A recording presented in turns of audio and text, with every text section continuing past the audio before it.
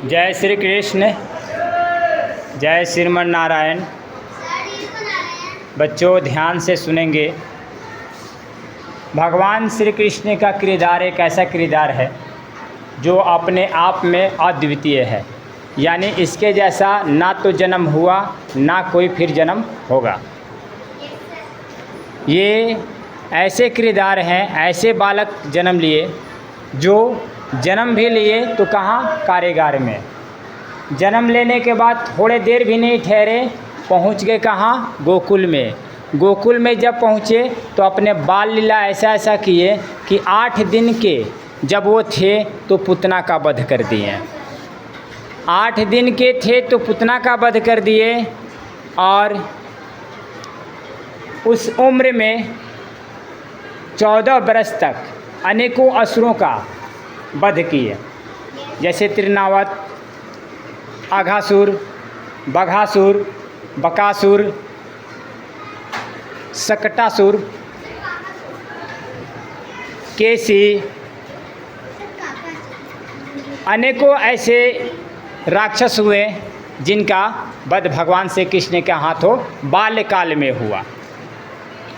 ऐसा ही नहीं, और 14 बरस की जब आयु हुई तो मथुरा से बुलाहट आया, और मथुरा से बुलाहट आने के बाद जब वो अपने चाचा अक्रूण जी के साथ गए तो जाने के बाद उन्होंने क्या किया, कंस का वध कर दिया। कंस का वध किए, महावत का वध किए। महावत हाथी था, उस हाथी का भी वध किए।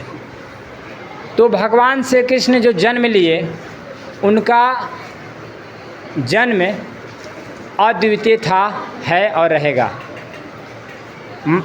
इनका जन्म जो है, इनके जन्म से लोग जब भी किसी के घर में, पूरे वर्ल्ड में, संसार में जो भी बच्चा जन्म लेता है तो प्यार से माँ क्या कहती है अपने बच्चे को, लल्ला। क्या कहती है, लल्ला।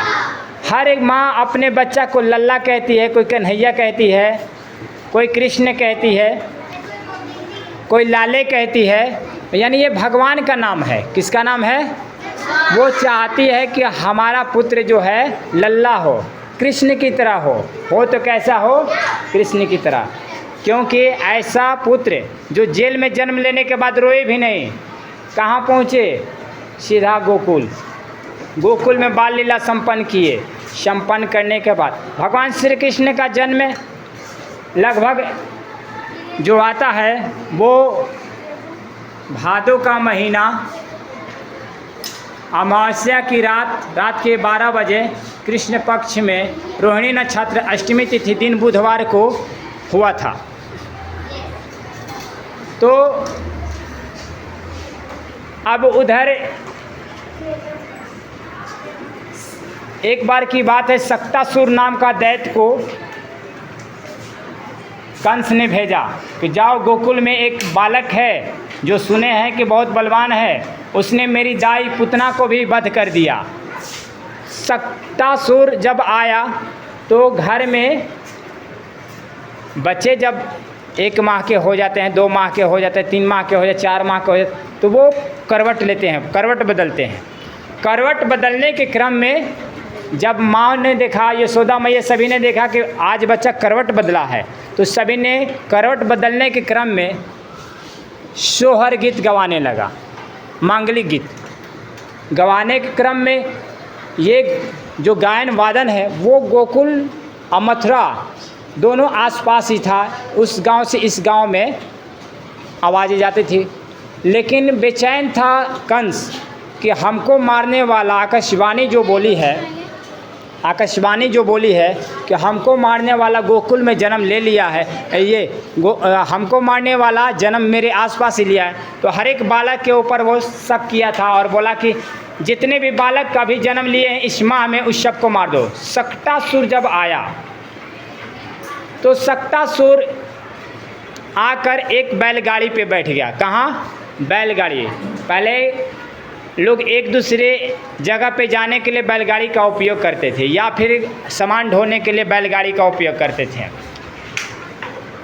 माताओं ने देखा कि आज कन्हैया जो है करवट बदला है, तो करवट बदलने के लिए उन्होंने घर में उत्सव रखा।